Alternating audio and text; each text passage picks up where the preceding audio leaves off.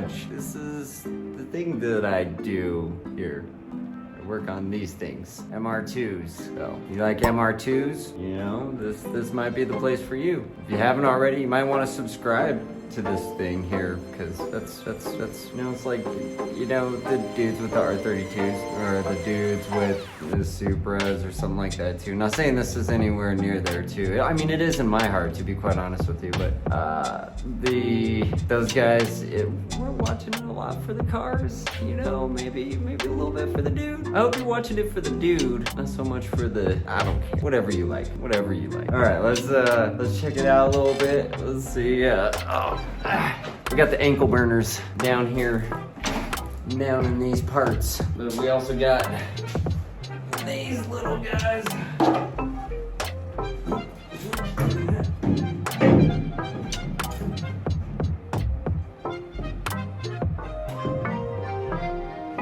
I'm back at it. This is like beating a dead horse. I'm gonna beat that horse. All night long. You guys might want to take a closer look in here, because I've got the fuel tank back up here again. That's the dead horse. That's the dead horse that I'm beating right now. I got it back in here. I don't know why. Actually, I do know why, but what do, you know? You gotta mess around with this stuff a little bit. But I think I found a place for the fuel tank and the radiator up front where I wanted it. Looking okay. Lots of verbs.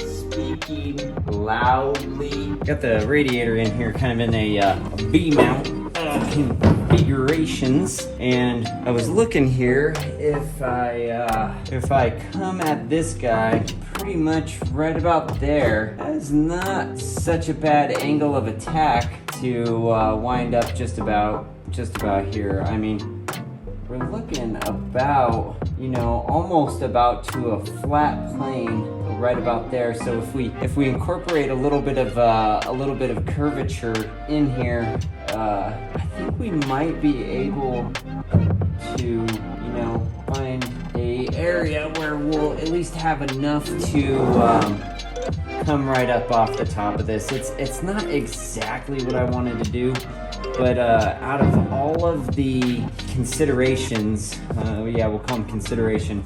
Out of all the different ideas that I've had here, this one seems to sit with me the best.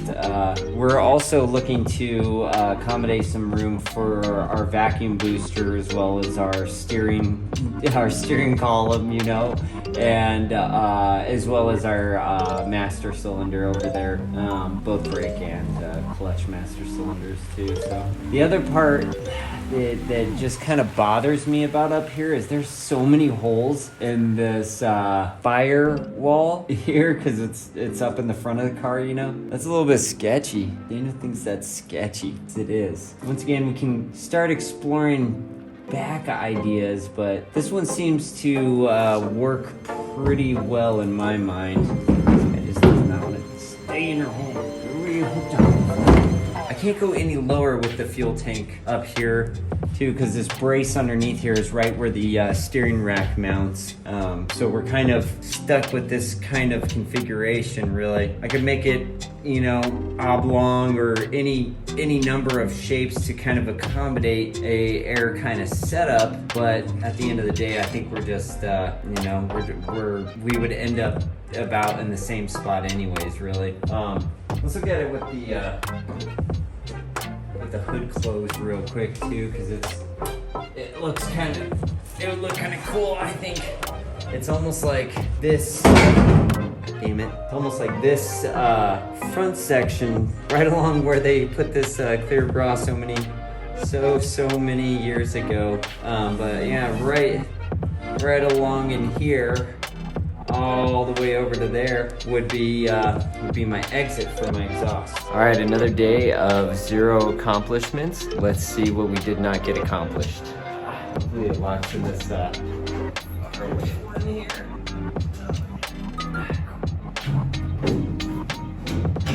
I went back to having this huge space right here to gather my thoughts. This is my space for gathering my thoughts. It's right in here. Need some magic in there too. Magic hands. Open.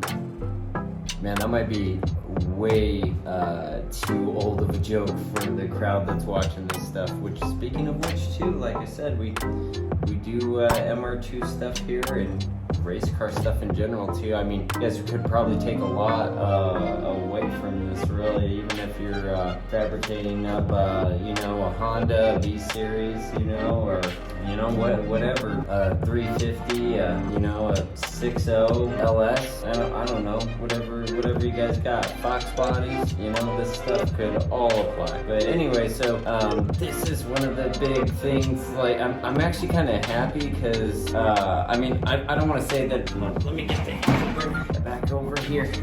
But sometimes when you do stuff and you see the reward from it, you get so excited. Really, what I did when I was scrapping down the green one is that I saved certain parts, even though I knew that I needed new ones. I still knew that I would need them for fabrication, just for seeing where stuff was gonna end up. Really, really happy that I saved these coolant pipes as well as this radiator. I think I still really might use this radiator. Honestly, I think this guy still has some good days left in there.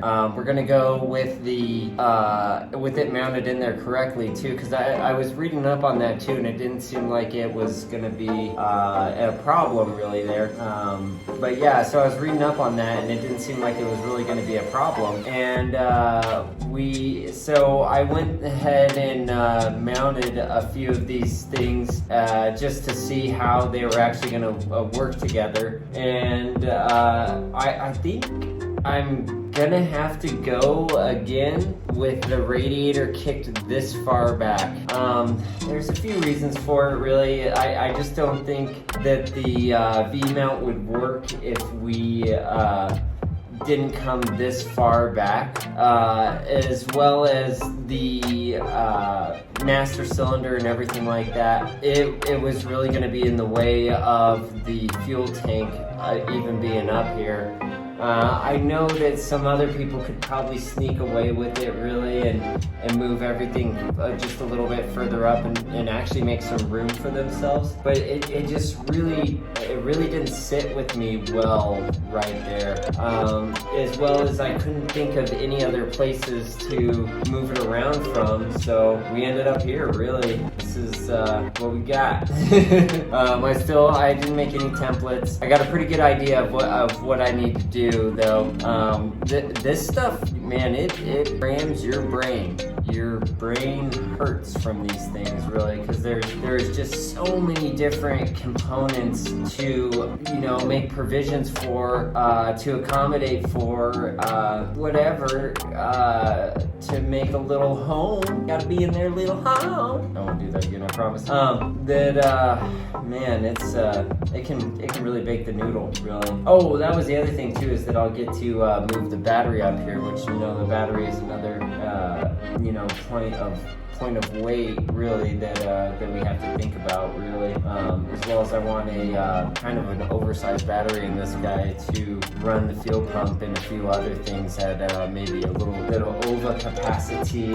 So we get in the larger fuel pumps. The larger fuel pumps is so good. We are here to pump you up. This is done. This is done. I am done.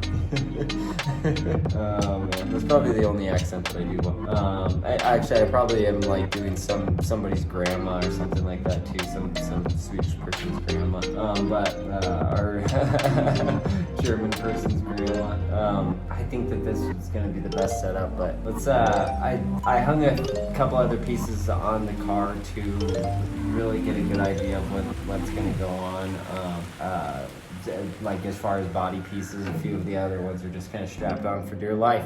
Let's look at those though. Put the deck lid back on. The fuel tank is also sitting back here, which I think I'm kind of starting to like.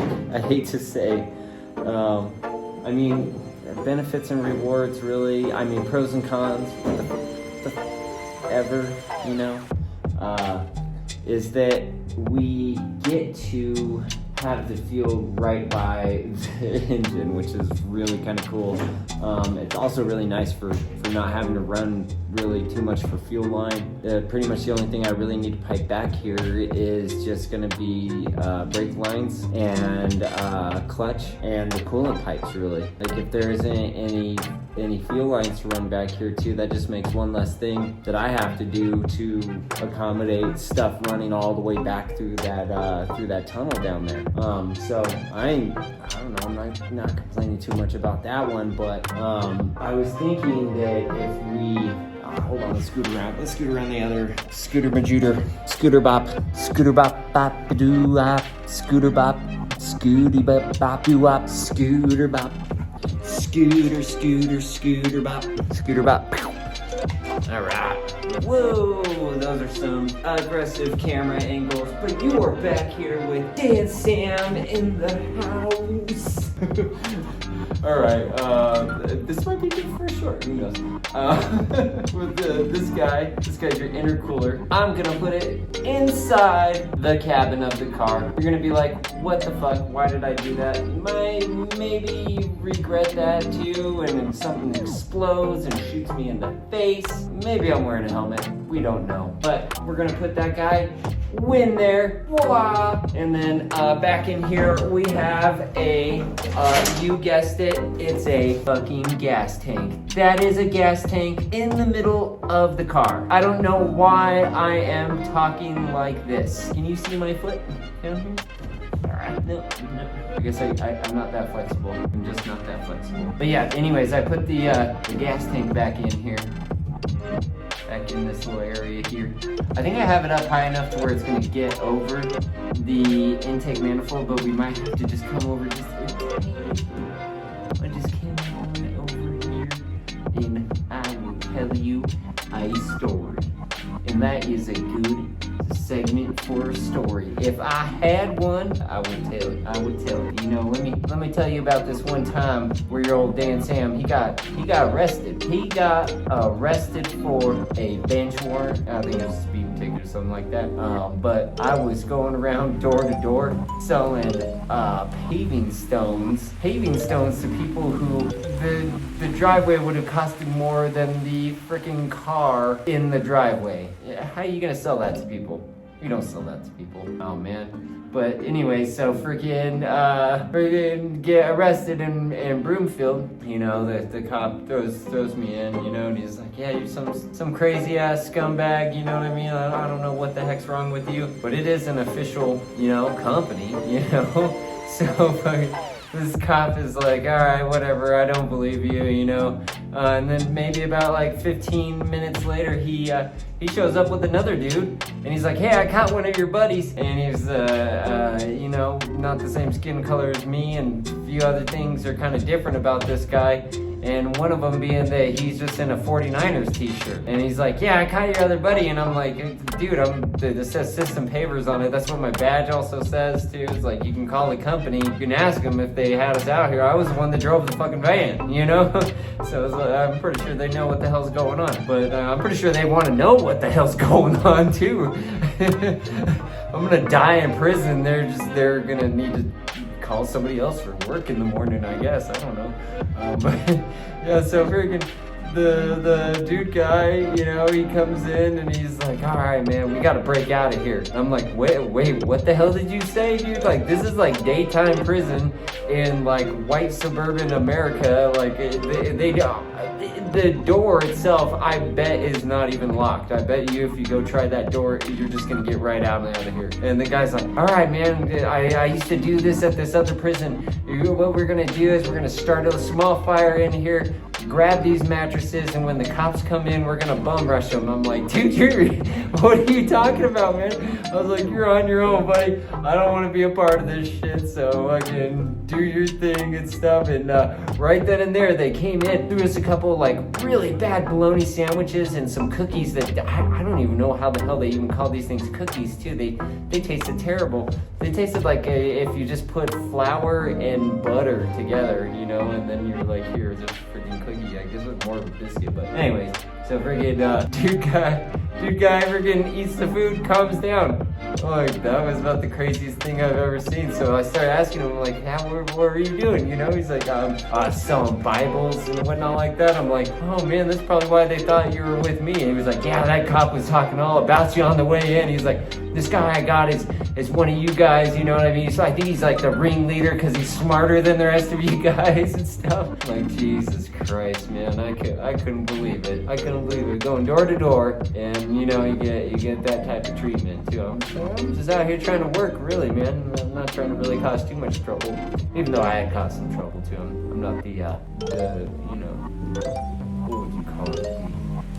Gentlest of citizens. What else can we do? You know what I mean? This is us. That's it, really. I mean, I think right now is actually where things are gonna land permanently. And these are some things that I kind of needed to figure out before we really just started welding shit into this guy. But that's where we're at, really. Come back next week. We're gonna upload every single Sunday. But yeah, every single Sunday. I think I need some food. Maybe I drank too much. I had a shot of whiskey when I went inside, but maybe that's a bad idea. Anyways, so we're gonna upload every Sunday, and I hope to see you guys here. You know, Dan, Sam, Lytheracing, deuces. Got some deuces right there. Deuces to you people. Scissor fingers.